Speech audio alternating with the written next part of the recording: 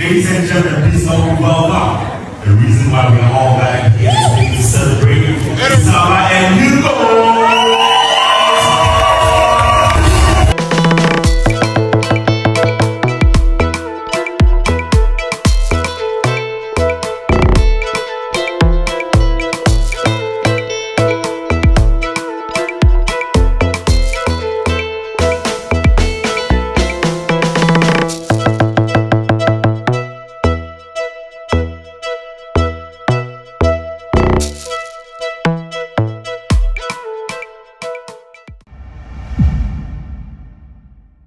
After the wedding day, you've now planned it. It is now happening.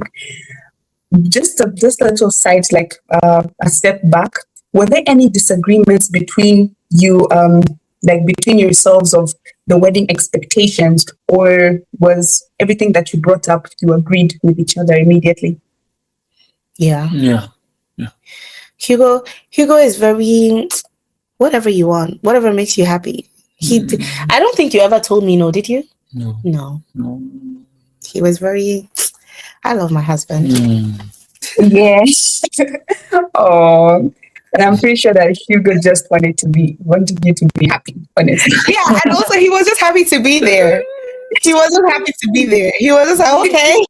You were attending your own wedding as a guest and as the groom. Yeah. And he had fun. Fun fact, I think my husband and I had the most fun at our wedding because we were on the dance floor till like 2 a.m. Because we were like, hey, we've paid this expensive DJ. We are going to collect all our money. Of course. 69. DJ 69, I love him. He's so fun. But he was literally like, he was like, you people, I'm tired. Oh my gosh. And after the wedding, do you think that you kept things within your budget or you stepped out of budget? And even when you stepped out of budget, was it like, it was for a good cause, other than the loss that you said that of the guy who scammed you, of course? Oh, we were within our budget. Mm-hmm. We had a budget of 50K.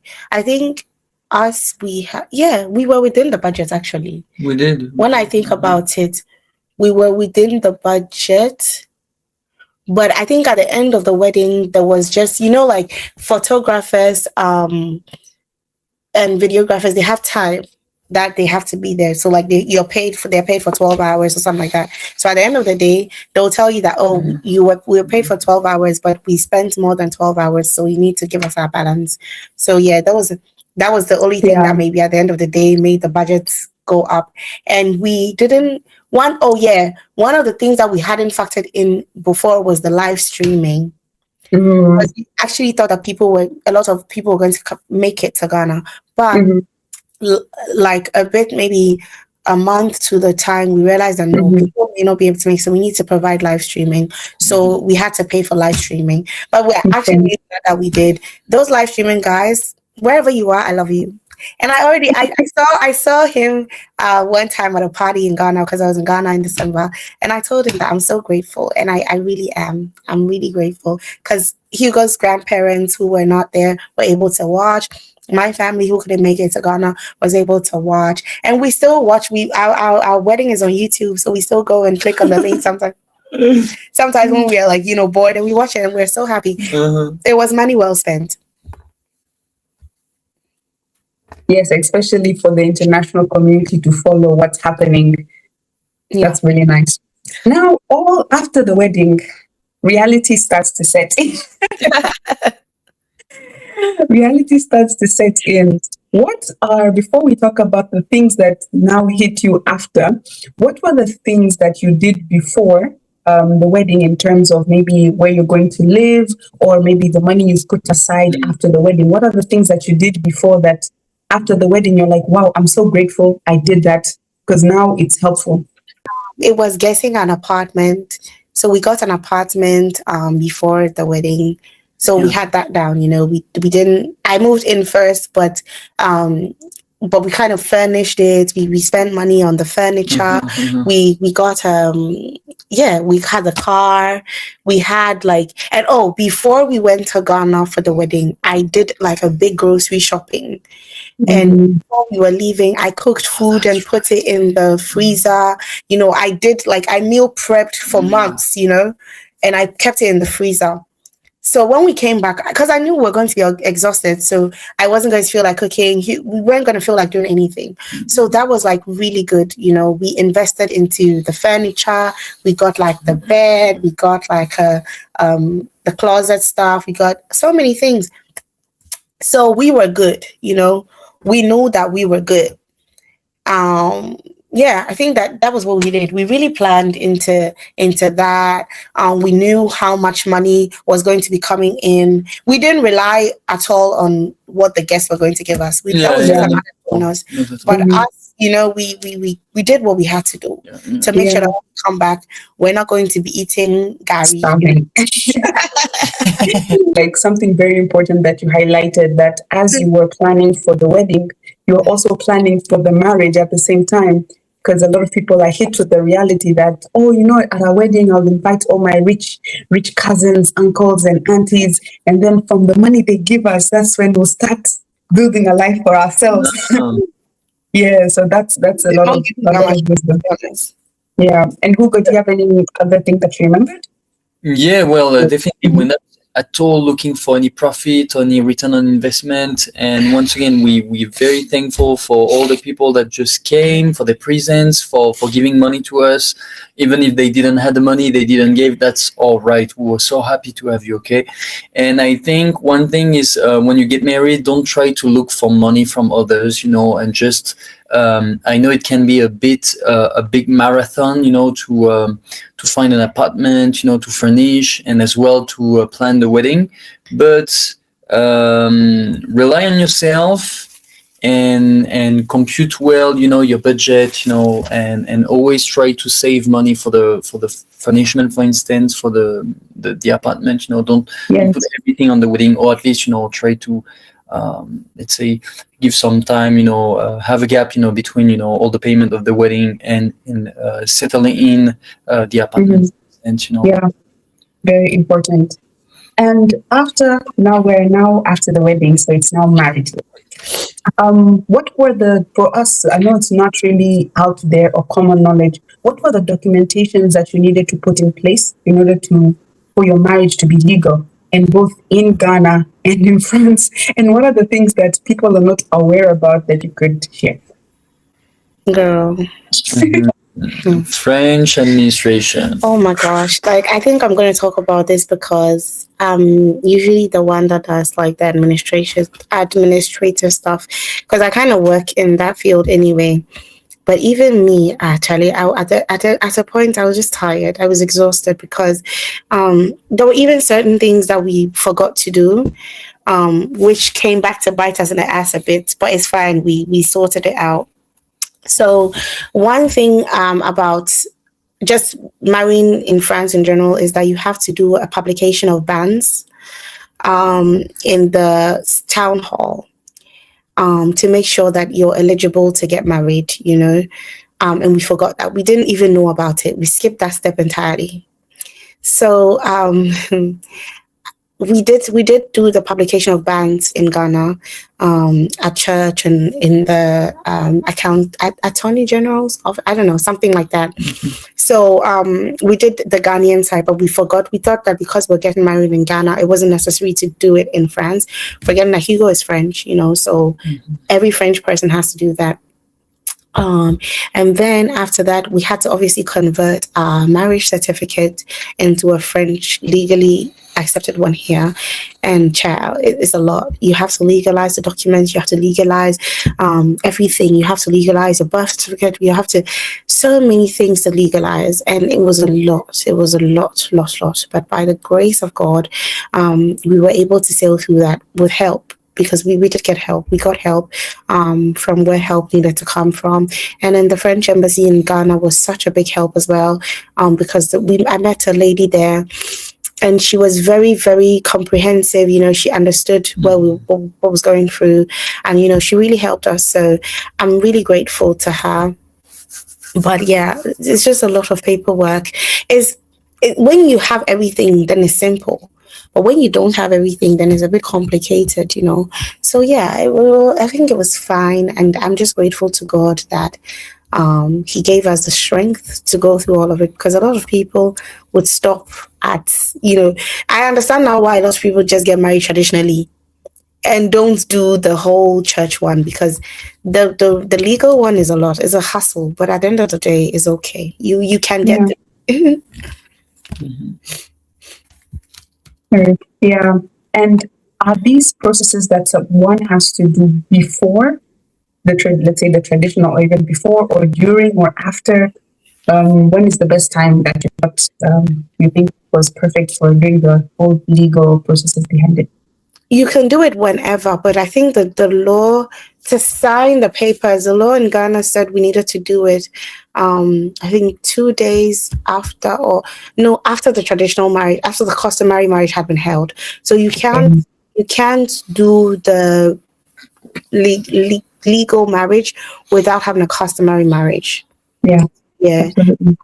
So yeah, I think that was the only thing that we needed to do.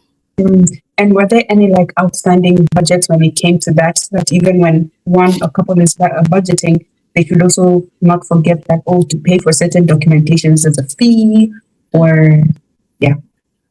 So the legalization, I think legalizing every document is about 1,000 cedis, because you need to go to the courthouse for them to approve it and then get it legalized at the Foreign Service Office. So yeah, you need to count maybe $100 per document. No, is it?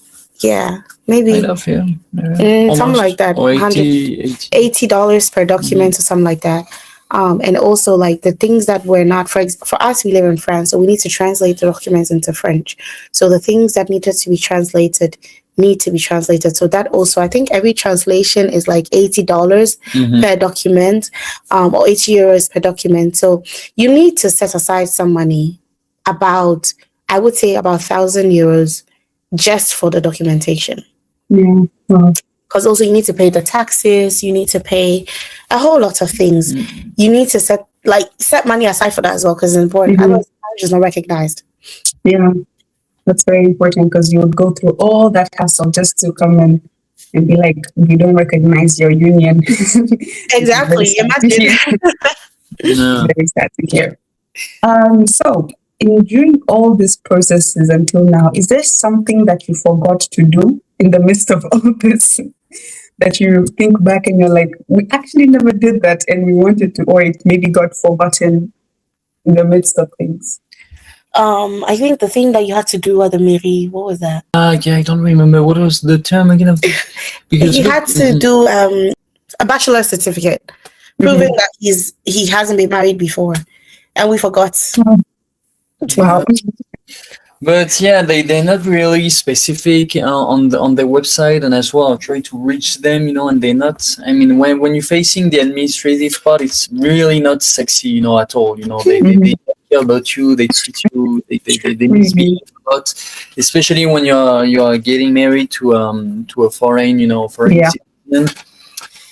I mean, yeah, you have to have composure and that's my regret. I should have been more, factual, looking more on deep, information. But it's okay. Yeah. Okay. That's it's the learning curve. Okay. As we approach the end, I would like for you to give advice to 3 types of people. Actually, give advice to 3 versions of yourself. The first version is you in date, like when you were dating. The second version is during the marriage, like organizing the wedding and wedding traditions. And the next one is speaking to your future self. What advice would you give yourself when you were dating each other?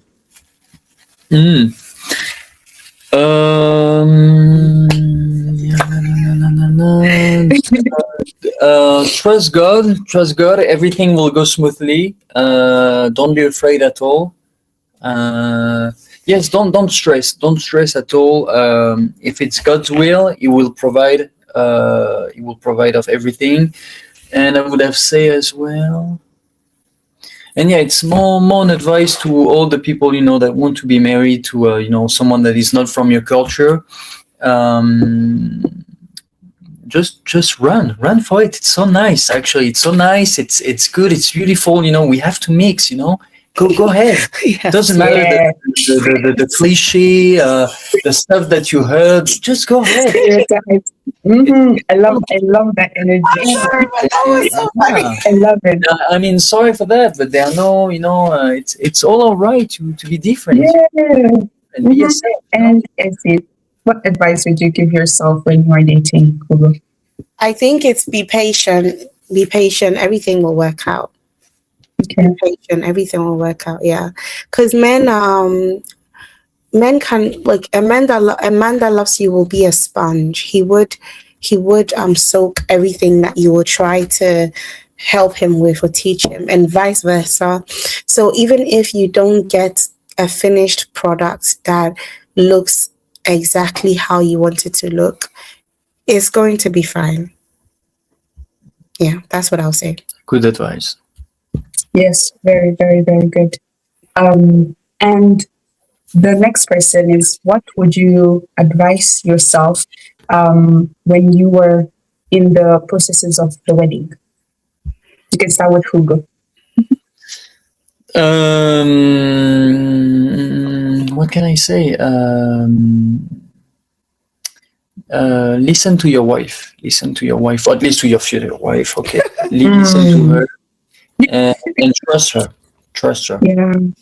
And that would be the two advice I would give to the boys. Why? Because usually women are more mature than men. And, as well, I think that it's not our day. It's not our day. It's their days. So you have to accommodate her. And to accompany her through the process. Yeah. Yeah. Okay. You never And use. Mm-hmm. Yeah. Well, I think that for me, I think that, what is it? Everything will work out, because there were times when I was very impulsive. I can be very impulsive as a person. And I got really upset. There were times that I was like, yeah, it's fine. I'll not do it again. I don't even want this whole big wedding. Forget it. And then my wedding planner, I'm like, I'm telling you, like, and that's why I'm like, I love Chichi so much, because she will be like, no, Isaba, please, you need to trust me. Please, you need to, please, trust me to plan this thing. I was like, I don't want to do my bridal shower again. Because I hate inconvenience, and I hate inconvenience that doesn't come from me. I mean, obviously, like, you never inconvenience yourself, but when someone tries to stress me, I'm like, I don't even want you to be in my life anymore.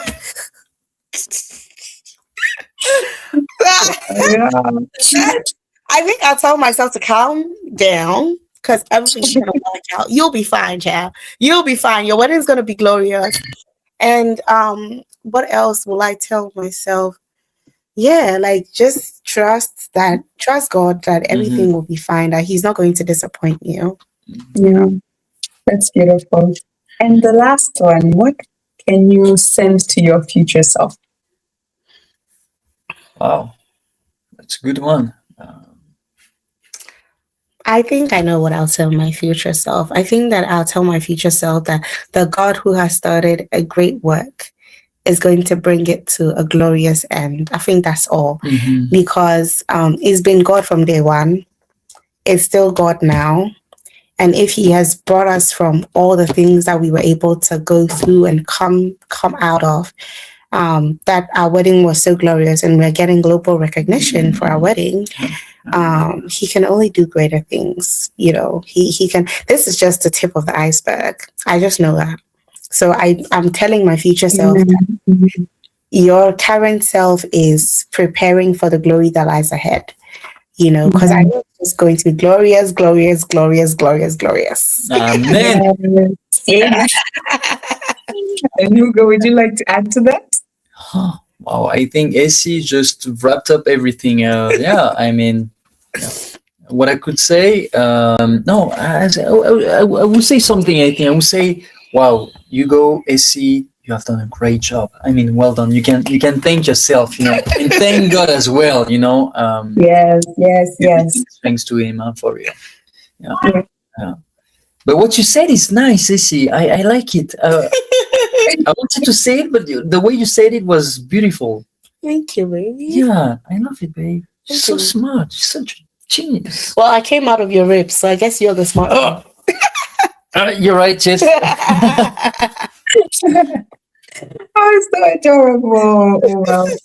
Thank you so much for the wonderful words that you shared. I started Love Without Borders because of people like you who have gone through it and would really want to encourage the younger people, or either someone who's in that season or planning that wedding, or they've just got married and they're like, I don't know what to do. And God has used your lives as I wouldn't say a trial, like you've already passed it, and it's for you to pass on the lessons to other people. And it's just so beautiful. Thank you for sharing the one. You might think it's very small or it's common knowledge. As we said in the beginning, remember that some things you might think it's common knowledge, but to someone else, it's like, I've been praying for an answer for this, and you have just delivered that. Can God do beyond this? And God is just about to blow your minds on what He can do. Amen. Wait till you see us on BBC, chat. He said, Amen. Amen to that. Amen to that. So we Please, if you're watching, holler at us. Yes, you better start connecting to them now, or else. Exactly. Or else